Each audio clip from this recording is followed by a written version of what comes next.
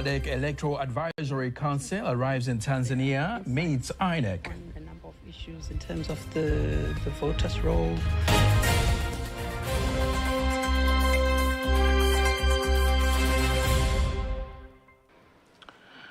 Good evening. My name is Nasa Kingu. Just a reminder, you can also follow us live via our YouTube channel, TVC Online, and also get all the latest news through our Instagram, Facebook, and X pages at TVC Online.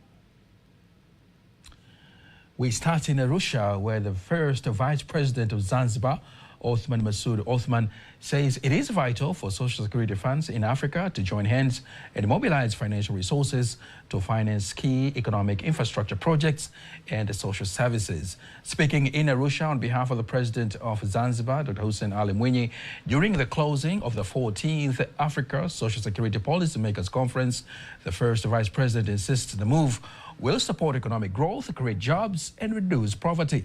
Here is a report by Zacharela Kongola, read by Teddy Mparanyanga. Social security policymakers from 13 African countries have concluded the 14th meeting, where Tanzania was the host of the conference.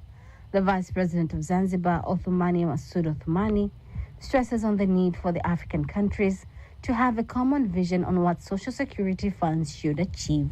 This conference has culminated into the adoption of various resolutions that will facilitate the implementation of the missions of African social security funds to join forces in mobilizing financial resources to participate in investment in the construction, infrastructure, and social services, and to connect people, countries, and regions of Africa, as well as to grow the economy, create jobs, reduce poverty, improve the lives of people, and increase the value of the funds from the investments that will be made.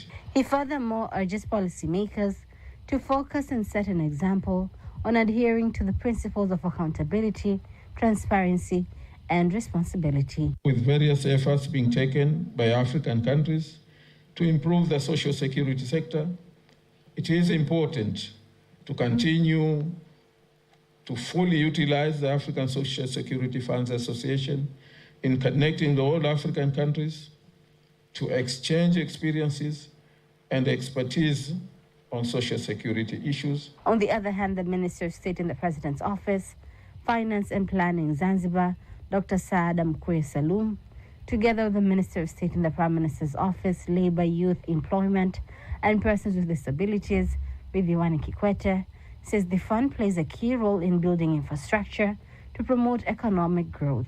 Zanzibar could be a very, very fast reference for all other countries in Africa to take from. We have achieved a 128% over subscription with a contribution from the social security funds. This conference had an opportunity to deliberate on the role of Social Security Institute, in particular on the involvement of infrastructure development in Africa. Many papers were presented. The new chairman of the African Social Security Funds, Nassor Shabana Mayer, vows to work closely with the Social Security Funds to improve performance of the funds in line with the technological changes. I must emphasize that availability of well-designed system that meets different needs over the life course is the first necessary condition for addressing exclusion through social protection. The 14th African Social Protection Policymakers Conference, which is an annual meeting of policymakers in the Social Security Fund sector in Africa, is held annually on rotational basis among member countries. The Southern African Development Community Electoral Advisory Council has met with Tanzania's Independent Electoral Commission, INEC, to undertake a pre-election goodwill mission analysis to assess the country's level of readiness and preparedness to hold general elections on October 25th, 2025. Let's get more details from a report by Henry Babumo, read by Caroline Malewo. News after the bilateral indoor meeting, the chairperson of SADC Electoral Advisory Council of the Republic of Zimbabwe, Jennifer Chiriga, says the aim of the mission is also to assess the political and security environments in the country to ensure free, fair, transparent, credible and peaceful elections in conformity with the revised SADC principles and guidelines. We were getting from them their insights on a number of issues in terms of the voters' role, in terms of the issues with the political parties, the registration of candidates, and the legal framework as well. We were discussing with them, and generally the logistics for the elections. So they took us through that entire set of questions very comprehensively, and we will be using that towards our report. Furthermore, she says the mission will meet with ambassadors and high commissioners representing various countries, political parties, religious leaders, and other key stakeholders to receive information which will be used to compile the report, which will eventually be handed to the SADC organ on politics, defense, and security cooperation. Caroline Maleo, TBC News. Moving now to the business sector, where the Director General of the Tanzania Investment and the Special Economic Zones Authority, Gilead Terry, says India ranks fourth in investment in the country, with an investment worth 10 trillion Tanzanian shillings, investing in more than 700 industries in various sectors, including agriculture in the country. He made the remarks earlier today during the India Day celebrations, attended by more than 70 businessmen and women from India who are in the country to explore business opportunities. Long-standing and fruitful relationship between Tanzania and India. It is an opportunity to deepen our investment, trade, and economic collaboration. We believe that discussions and engagement that will be held here today. On the other hand, TanTrade Director General Latifa Hamisi says the India Day has been organized to also connect Tanzanians with investors and business opportunities in India. Our strategic partnership with our Indian counterparts and explore opportunity for sustainable growth and development. We are prepared to committed working closely with all stakeholders to ensure that our initial agreements today networking section will translate into reality. And interestingly, the exports to India from Tanzania has grown at $600 million in a year. India remains the highest export destination for Tanzania. Tanzania is our second largest trading partner in entire Africa. The day has witnessed the signing of a memorandum of understanding between Sokoine University of Tanzania, SUA, and Luvas University of India, which will enable exchange of teaching and research experts. Kenya is currently losing nearly 3 billion Kenyan shillings per day due to the ongoing protests, according to the Kenya Private Sector Alliance.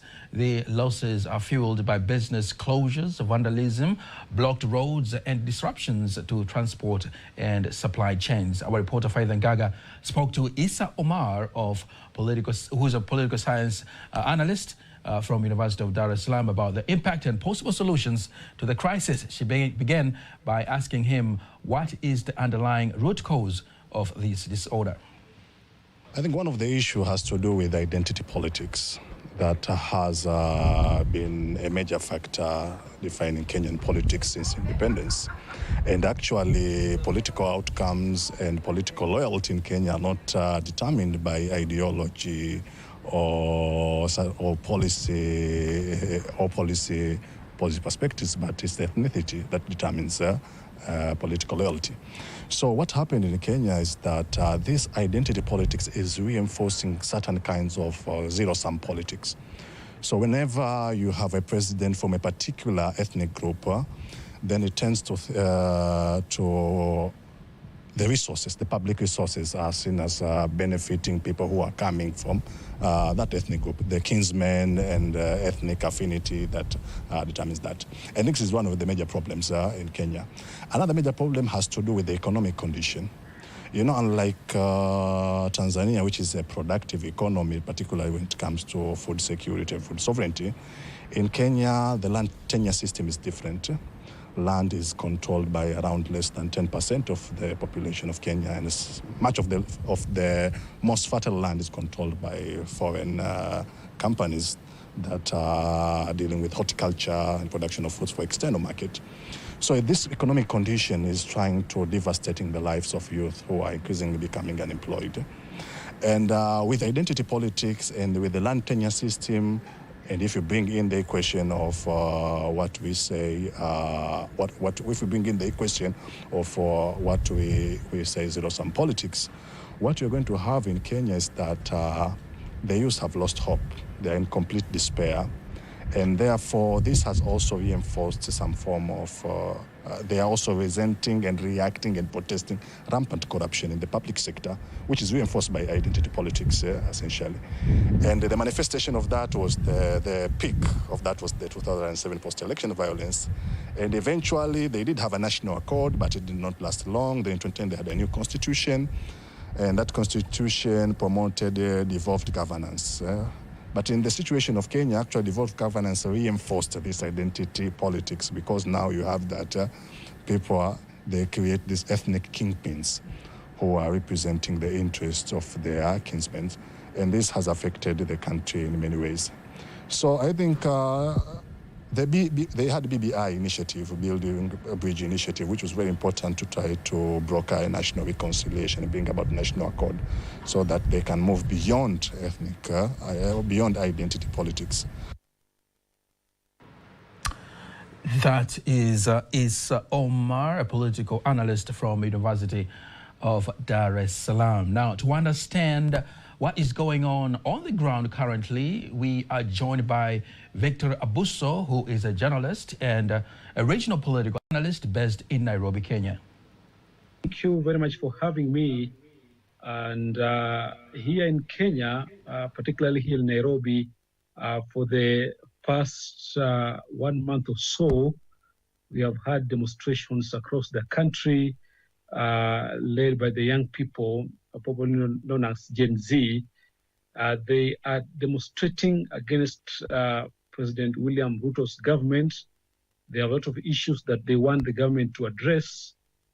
First of all, they are against his style of leadership. Also, they are talking about unemployment, corruption, and of course, police brutality. And in fact, the last demonstrations that were held on July 7th, that led to more than 30 deaths and hundreds injured, were the latest protests that have indeed shocked the country, because the young people had planned demonstrations, but reports are indicating that the protests were infiltrated by goons who torched supermarkets, beat people, and we have also had cases of women being raped. But at the moment, the situation is now calm. People have gone back to work, and we do not know when the next protest will take place. That is Victor Abuso, who is a journalist and a regional political analyst based in Nairobi, with the latest on what is going on the ground in Kenya at the moment. The Director of the Technical Education and Vocational Training from the Ministry of Education, Science and Technology, Frederick Salukele, says Tanzania has made great progress in offering practical skills and knowledge for various key occupations and industrial sectors through technical institutions, enhancing locals in high-level projects management. Dr. Salukele made the remarks during the 5th China-Africa Technical and Vocational Educational and Training Academic Exchange Seminar held in Dar es Salaam. Peter Mganga was there and has prepared the following report. Tanzania is one among African countries which continues to make educational reforms and step ahead towards ensuring globally competitive and quality education from technical institutions. Dr. Salukele explains how Tanzania is prepared to increase the number of experts through technical institutions capable of running high-level national projects. The government of Tanzania continues to prioritize the integration of practical and vocational skills across all levels in the education system. As you are aware, we revised our education policy, the Education and Training Policy of 2014, revision or revised edition of 2023, which was inaugurated formally by Her Excellency President Samia Suluhu Hassan on the 1st of February this year. We have introduced the vocational stream in the secondary education to ensure our graduates are not only academically capable, but are also technically proficient and ready for the job market. On the other hand, the Executive Secretary of National Council for Technical and Vocational Education and Training, Dr. Mwajuma Lingwanda, says her institution benefits with the exchange programs with China, vowing to adapt some of the China's TVET models to further enhance Tanzanians' technical education. We believe these insights will be instrumental in shaping and scaling the vocational secondary schools model in Tanzania. We are confident that by continuing to learn from China's TVET model, particularly in teacher development, industry partnership, and digital integration, Tanzania will further strengthen its ability to build a demand-driven, future-ready TVET system. Furthermore, the Director General of China Africa Vocational Education Alliance Principal, Dr. Mark Gong, says they will continue to partner with Tanzania in various areas, including AI technology and ICT. In China, we have more than 1,500 TVET institutions. Each of them, they have their own strengths. Some of them are like ICT, including AI, artificial intelligence, and also telecommunications. But also others are strong in construction sector, manufacturing sector, agriculture sector. So we will put them. The 5th China-Africa Technical and Vocational Education and Training Academy Exchange Seminar is expected to unlock potential opportunities in the education sector, as well as building capacity among heads of TVET institutions across Tanzania. Peter Mganga, TBC News, Dar es Salaam. From the education sector, we move now to politics, where tonight on Beyond the Ballot, we take a closer look at the Alliance for Democratic Change, ADC, one of the 18 political parties gearing up for the Tanzania's October general election. Caroline Malewo has more details.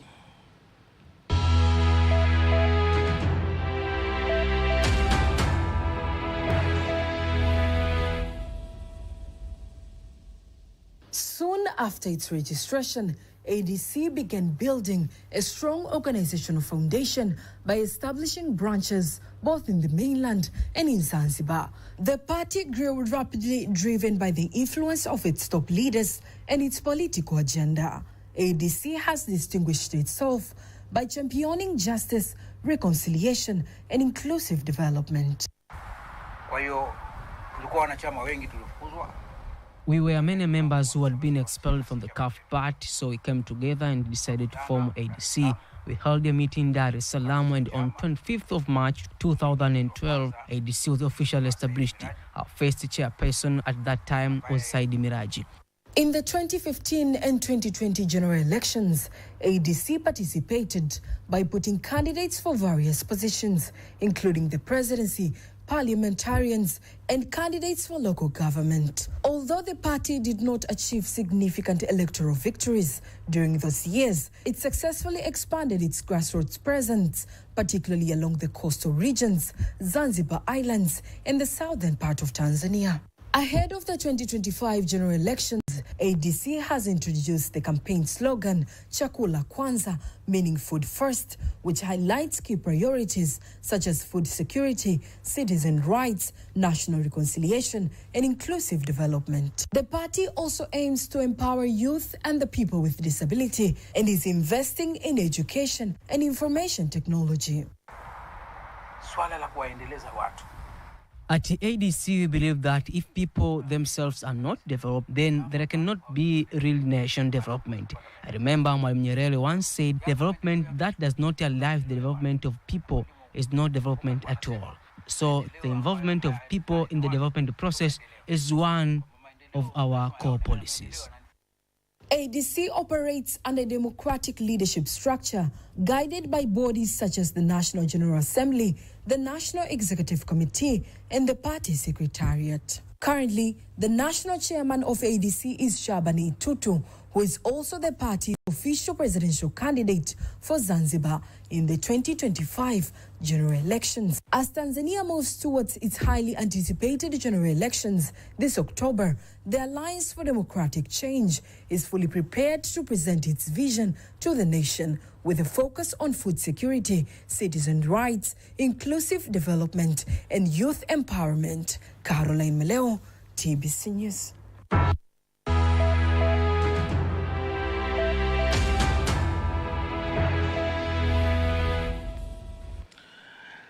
TBC News continues to take a closer look at all 18 political parties gearing up for Tanzania's 2025 general elections, exploring their roots, vision, and their respective place in the country's political landscape. Now, remaining on the same note, women have been reminded on their voter and candidate role, with emphasis on voter and civic education to ensure all citizens understand their rights.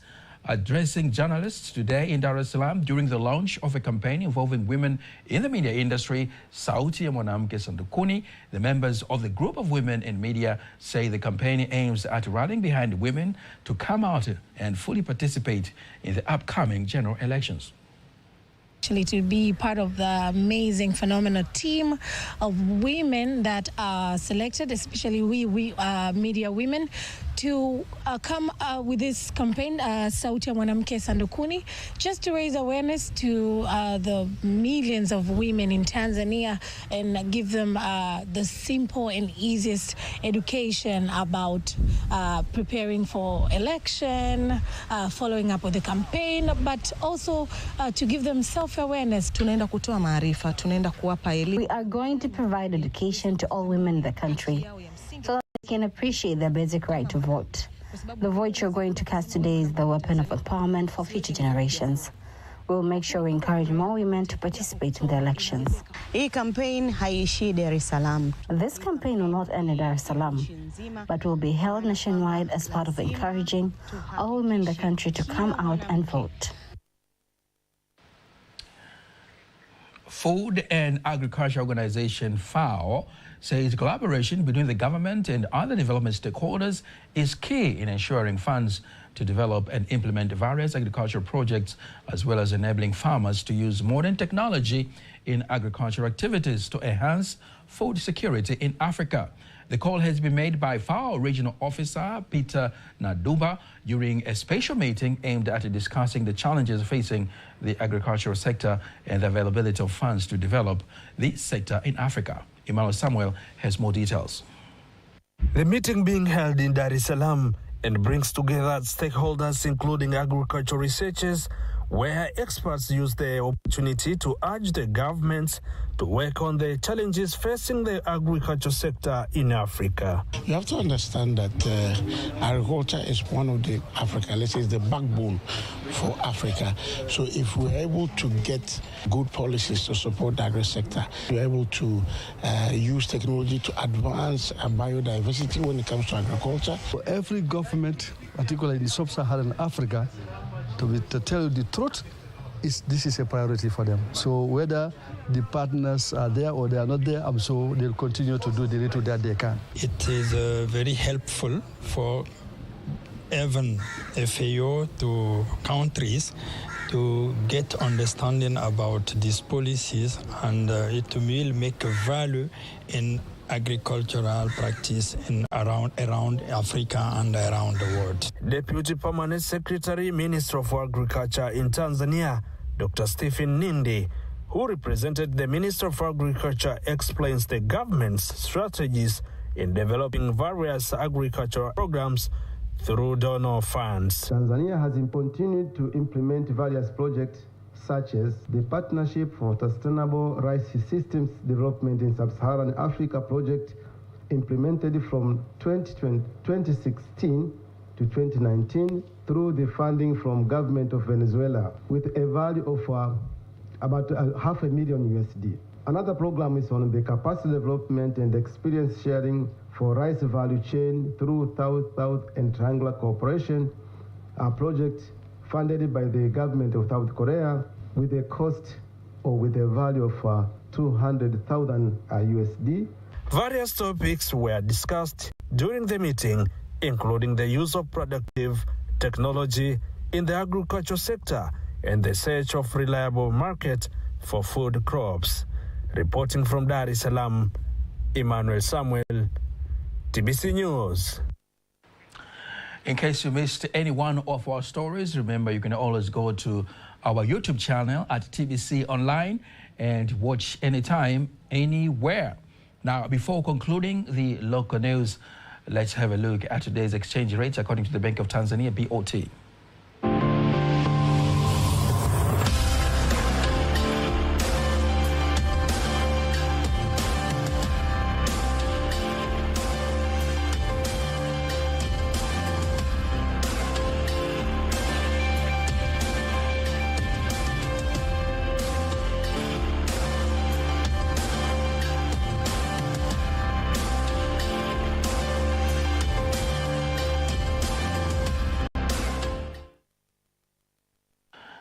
Make sure that you don't miss TBC News every weekday to know all the latest in exchange rates. Post News now is up next.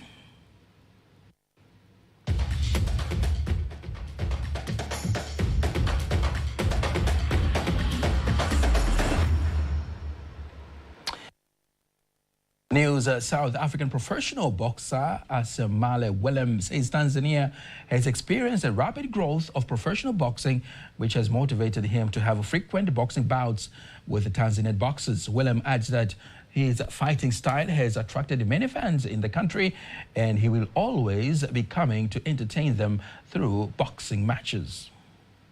Opponent is tougher this time around from Namibia, and he's tougher, he's strong, so I have to use my brain more. On the 26th, there will be a tough fight for me, so friends must go there and watch boxing. It's gonna be good. They will see blood.